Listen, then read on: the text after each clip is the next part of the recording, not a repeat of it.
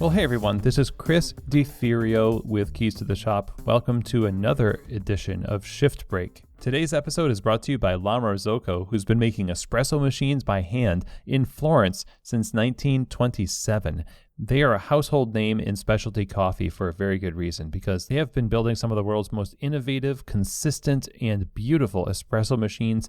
That's why they're the cornerstone of so many coffee shops around the world today. La Marzocco is all about helping you succeed in your specialty coffee shop by making sure that you can count on their equipment when you need it the most. One of the great examples of innovation and customer focus is the KB90 espresso machine, where they invented straight-in locking portafilters for ergonomics. They also have scales built into the drip tray for accuracy of extractions. There's the auto flush feature, which keeps everything clean and improves workflow. Just one of many examples of different types of espresso machines that can fit any coffee bar, no matter what your iteration of a cafe is. There's a machine that fits perfectly for you, and they're here to help you find that machine. So all you need to do is reach out to their salespeople by emailing info@lamarzocousa.com, and be sure to check out their website also, lamarzocousa.com. Today's episode is also brought to you by Espressly. Mobile ordering and apps are here to stay, and if you want to offer your customers something that is unique to your business, where you don't have to compromise on experience, then you definitely need to check out Espressly. They bring together the convenience of mobile ordering with the culture and branding of your coffee bar. There's no setup or development fees. You get a drive-through payment scanner, receipt and label printing capabilities. All the data is stored in the app, and it integrates with some of the world's best payment processing systems, including Square. So this is something you should definitely check out. To find out more information and have them get started on your app today, simply go visit them over at espressly.co. That's espressly.co. Now, did you know that Keys to the Shop does consulting? I think you might have, because I've advertised it on the show before, but there is something new that we're doing at Keys to the Shop, and that is individual 90-minute consulting sessions. You can easily sign up for those. It's a very easy way to enter into some consulting and advice and to get clarity on some things that you're thinking about, whether it's just like getting started in the coffee industry and you've got some specific questions, or you could be a manager working through some problems. Anything really that's on your mind. 90 minutes is a great chunk of time to get to suss out what's going on, what some next steps would be to get you the clarity and direction you need to succeed. So if you're interested in booking a 90-minute consulting session with me, all you need to do is go to Instagram and follow Keys to the Shop, at Keys to the Shop, and follow the link in the bio, select a time, and you and I will be on the phone in no time. If you don't want to go that route, you can just email me, chris@keystotheshop.com. So I hope to chat soon. Okay, everyone. Well, today we're going to be talking why I think it's probably not a great idea to hire people on a trial basis. Now, I get that a lot of you might have some great stories about how you had somebody who was, on a trial basis, and it turns out that they weren't a great employee, so you didn't end up continuing to work with them. And let me say, that's awesome that that worked out for you in that manner. But I'm going to also caveat this by saying I could be really off base here, but I want to talk about some of my objections to the idea of saying, okay, we're going to hire you and you're going to be sort of on a trial basis for 30 days or something like that. And then, we'll see if we're going to hire you. And maybe it's 2 weeks. But usually what I hear people do is they try to get like a month of work out of somebody to sort of suss out whether or not they're a good candidate for the job. And I guess my first objection to this is the level of stress that a prospective employee has during those 30 days is going to color their work in such a way that will unfairly set them up to actually fulfill your suspicions that they might not be the right fit for the job. Okay, so that's number one. A lot of life happens in 30 days. And so there's going to be some ebb and flow, and it's a learning process too. So you're seeing people literally at their worst in the first 30 days of a new job, because that's the time when they're supposed to be training. And so I think it's a little bit unfair to set them up that way. And in a lot of cases, what I think the 30-day trial is about is not having very robust hiring standards in the first place, not knowing very much about what you're looking for in staff, and just trying to give them enough time to show you.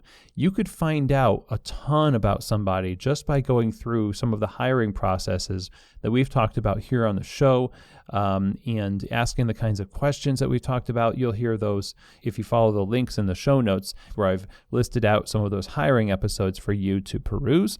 But the point here is that I think a lot of these trial basis policies have more to do with insufficient hiring practices and a lack of clarity from the owner about what it is that is right for the business in the first place. Now, you might ask the question, well, what if somebody gets through that process and is not a really great barista? Well, the answer is you don't have to continue on with them, and that would be that, right? But if you are going to have somebody who's not a great barista, why would you keep them around for 30 days? Yeah, you could send them home earlier, but why have the policy in the first place if that's what you were going to do? Chances are you're not going to be that vigilant with watching that person over 30 days. And I'm going to guess, as a lot of management does this in ownership, you kind of are reminded, oh, that's right, it's been 30 days already? Okay, yeah, let's talk about whether or not you're a good fit. What's behind a lot of this is, I haven't really been paying that close attention, and I'm just going to go on a hunch. And I don't think that that's fair, because if we're really getting people a trial period, we need to be giving them a lot of attention. And 30 days is a long time to be constantly watching somebody. Chances are you're going to miss some stuff, both positive and negative. Usually the positive stuff, because we tend to focus on the negative.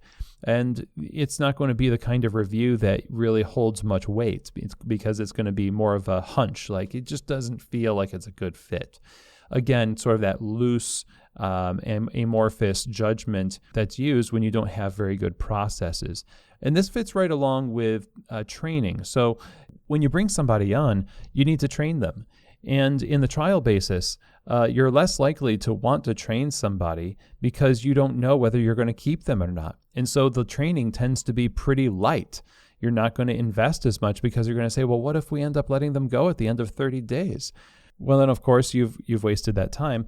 So the framework of having that trial period really encourages less investment into the person, and it puts them in a position of having to prove themselves, pull themselves up by their own bootstraps, and show you what they got and who they are, but without any help from you and not a lot of resourcing.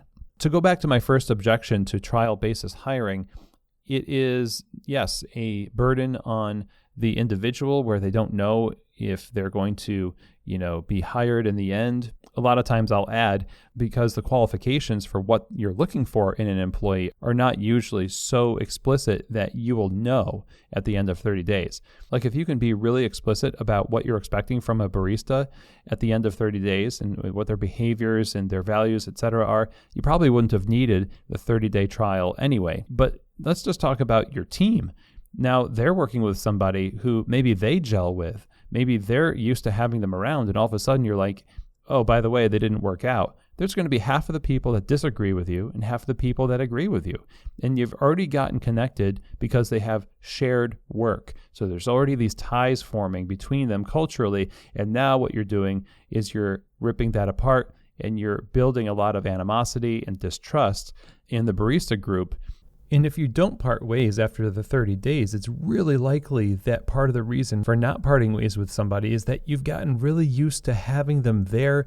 And even though they're not the ideal employee for you, you're just going to stick with them because it's easier to just have them there than it is to start this whole process over again. So built into this is a lot of compromise as well. Again, it would have been better for you to have a robust system of hiring and exploration before hiring this person, not a trial basis of work at our coffee shop and then we'll see if we want to keep you working at our coffee shop. That's just called regular employment. It's not a trial basis. This person, if they're going to get hired by you to work, it should be, hey, welcome. You could be here forever, not we'll see after 30 days, okay? So ideally, what's happening here is that you have chosen well.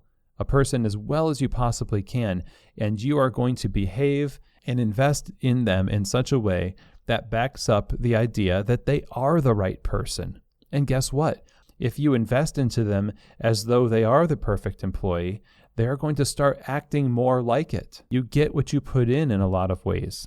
And so you resource them, you train them, you give them attention, you encourage and coach them, you correct, and you give them the direction they need to be the best version of themselves. I think that's what this kind of boils down to.